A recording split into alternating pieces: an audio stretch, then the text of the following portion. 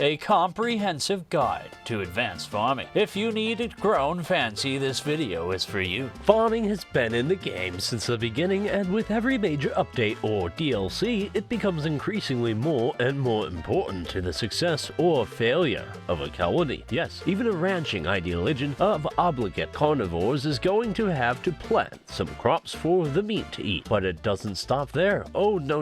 Farming puts clothes on your pawns' backs, it heals their wounds, it makes them work harder and fight better. It can even catch bullets. Or, in the case of Randy's roachweed, it will be the catalyst to the end of your colony, becoming an addictive scourge to overcome before the shadows and cannibals close in. Now that you know why you should be farming, it's actually quite easy to set up. Make sure you have a pawn, preferably a skilled one, set to growing and plant cutting in the work panel. Then create a growing zone in an appropriately fertile patch of soil. Use the fertile overlay in the lower right of your screen and select which type of plant you want to grow. If you're new to the game, planting some rice in a fertile field followed by another plot of corn elsewhere, and then when the food is in the ground and growing, follow up with a split plot of cotton and heel root. A few steps to long-term success, but then what's a plot? Which segues us into the advanced portion of this guide. It all begins with a concept called granularization,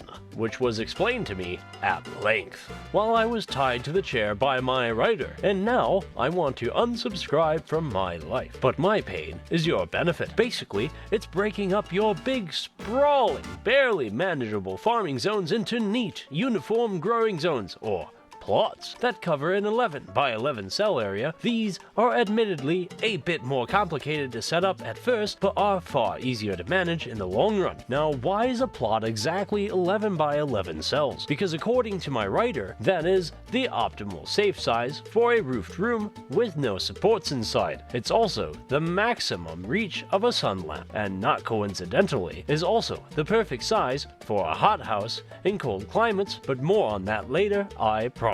There's an exception to using plots, of course. Rich soil is going to be unevenly distributed and randomly placed, while its 140% fertility promises an outsized gain to productivity that can't honestly be squandered in most circumstances, not even for the sake of ease or planning efficiency. As such, when it comes to rich soil and outdoor farming, ignore the plot method with a clear conscience. Moving on. Now, before we go into specific techniques for farming, we still have some other things to cover in order to better understand why using plots is so good to do out on the rim, namely the twin scourges of farmers everywhere, fire and blight. Fire is pretty straightforward without exception. In vanilla Rimworld, all crops will burn if they're set aflame, and you can lose days, perhaps even an entire growing season, and nearby buildings if it gets out of control.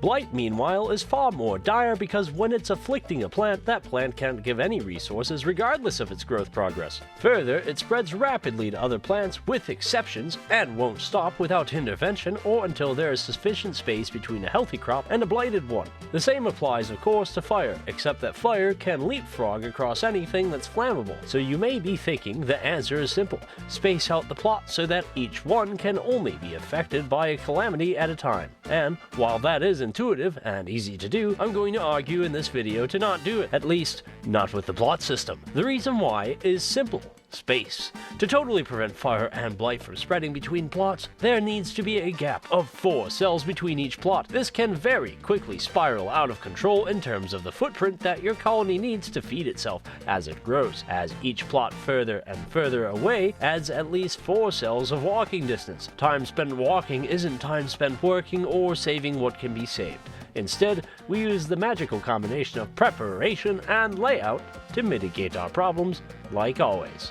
Fire and blight don't pass through walls, and they can't open doors, so instead of laying out highways between your plots, you can put up wall, joining the plots through doors. Granted, it is an added labor cost for your builders and crafters, and it increases colony wealth, but the benefits can more than make up for any drawbacks, including making your farm as part of your base defenses. Yes, bet you didn't expect to see a farming video having anything related to combat in it, but it's true. Raiders who fall in via drop pod will often find themselves isolated and having to break their way through to get at your colonists. If you include some arterial roads between your walled-in plots and put up some mono-directional firing positions against the walls, you'll have a ready-made series of fallback points for when your kill box is overrun. Not every colony you make is going to be in an equatorial temperate forest where the growing season never ends and the dirt is rich, or even real dirt. And in toxic fallout events, or a very unlucky combination of a cold snap and volcanic winter, you need to know how to farm indoors. Good thing you've planned ahead and put up all those walls. Now, as an aside, plants need sunlight, but that's not entirely true since the Ideology DLC came out. As inside of these unlit plots of arable dirt, you can now plant Nutrifungus, a crop that requires very little fertility, 30% to grow well, grows without light, and only requires temperatures above freezing to keep growing. You just have to keep it in darkness or it will die, which isn't much of a barrier to cultivation if it is one at all, since even a tribal start can begin mass cultivation of this fun-loving fungus. For any other light-loving crop, however, you are going to have to research electricity and put up a sun lamp, which, not coincidentally, are going to efficiently light up those 11 by 11 plots turned greenhouse. Now we're going to take a quick break from the wonders of 11 by 11 rooms to talk about fungal gravel. Introduced in the Ideology DLC, it's available to tunnelers, and I can't emphasize enough that you don't really want to use it as intended. Well, the thing about fungal gravel is that it can only be placed underneath mountain. And what happens when you create big, dark, dirty areas that must be kept above freezing beneath a mountain? That's right, you get ants, big carnivorous territorial insectoids that can tear your pawns apart. So if you do intend to use fungal gravel, my advice is to use it only when you have to, and only for things that can both grow in minimal fertility and light. So really, just fibercorn or tinctoria, which are hardly vital enough to be considered staple crops, thankfully. Speaking of non-staple crops, let's move on to trees and how to farm them indoor. Fortunately, since we've got the walls and roofing up already, this next tip is easy. Poke holes in the roof. No, really, the easiest way is to just designate the entire chamber as an arboreal growing zone, and then poke holes where the trees should go, since that will automatically designate where trees can grow. Now, since a sun lamp doesn't reach every cell in the room, and every tree is in a grow zone, prevents anything else from growing in a 3x3 exclusion zone, we need to get a bit creative in how we lay out our tree farm. In which case, poke the roof, creating 3 rows of 6 spaced cells from the wall to wall in the center, while at the sides punch through 5 more holes at each side and you're done. Throw in a heater or 2, you'll have an indoor arboretum, or arboretum, or whatever it's said, to enjoy and exploit in even the coldest biome. And now the holy grail of advanced farming. At least says my writer, but there are numbers nerd with good advice, so who am I to complain? With the biofuel refinery building, you can turn food into chemfuel, so not only are plants providing food, clothes, medicine, combat stims, and mid-game armor, but they're also providing unlimited power. Now, anyone can just grow a bunch of corn, chuck it into a refinery, and call it a day. But you're not here for general advice. No, no, no. You want the good stuff. You want that sweet, sweet break-even point for a sun lamp. Because if you know that, you can plan ahead, manage your colony wealth, and exert more control over raids. Useful stuff? Let's begin. So first we need to quantify, or put a number to a few things. How much food for a unit of chemfuel? The answer is in the refinery bill window. It's 2 units of food per unit of chemfuel. Now, how much power does a unit of chemfuel produce per day? That answer is relatively simple. A chemfuel generator produces 1,000 watts of power per day, or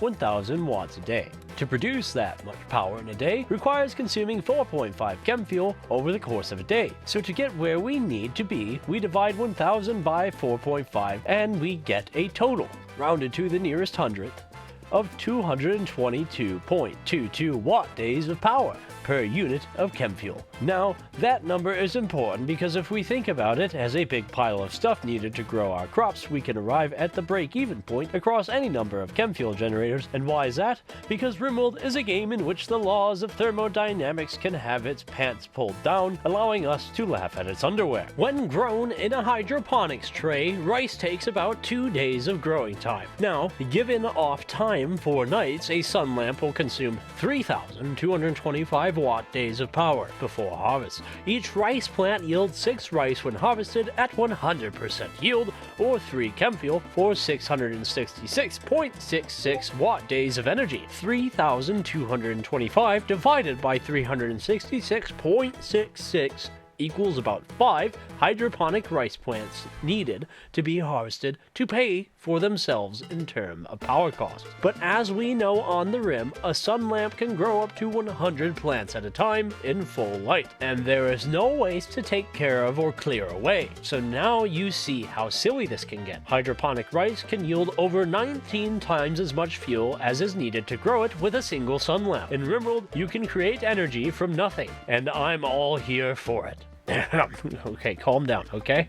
So, it takes only 5 rice plants in a hydroponics tray to pay for itself, and that's about as power efficient as you're going to get. But of course, growing and harvesting rice every 2 days to power an entire colony is hardly going to be feasible unless you have dedicated slaves, or better yet, a small fleet of Hagrahan mechanoids under your mechanitor's control. Since a mech that's doing nothing is just a waste of their energy supplies, at half the fertility of a hydroponics tray, rice-enriched soil takes twice as long, practically, to grow, requiring 10 plants to break even with a sun lamp, and when grown in regular soil needs 15 plants to pay for themselves. But what about corn? Well, corn is perfectly viable compared to rice because corn is the least work-intensive crop. You can comfortably run a chemfuel operation with your starting 3 pawns and just 1 dedicated farmer if you're growing corn for fuel. It just takes a little more space, and you can't grow it in hydroponics. In rich soil, you need 9 corn plants, and in regular soil, you need only 14 plants under a sun lamp, which,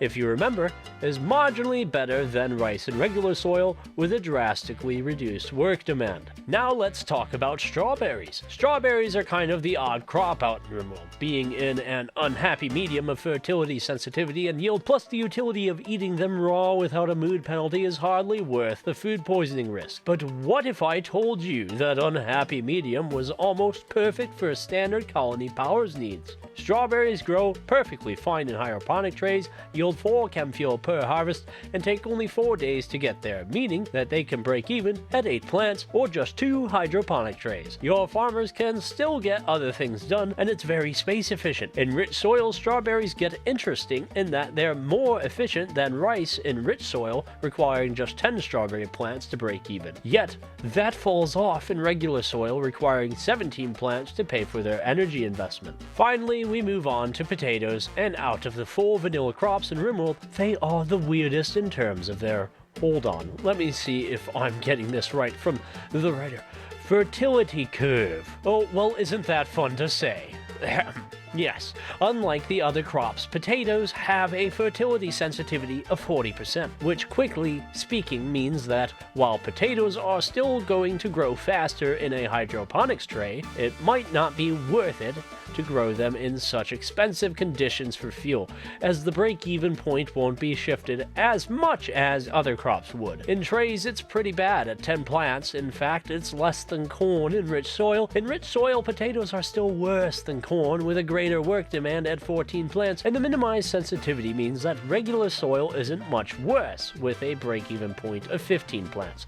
However, potatoes are special in that out of the 4 crops, their minimum fertility requirement is just 70%, and that 40% sensitivity means that it still grows at near the normal rate in minimally suitable soil, which means that the potatoes in poor soil only need 17 plants to break even, which is exactly the same as strawberries in regular soil. Very useful, as not even minimal growing conditions can hold you back from the heated rooms and automated defenses, all praise to the humble spud.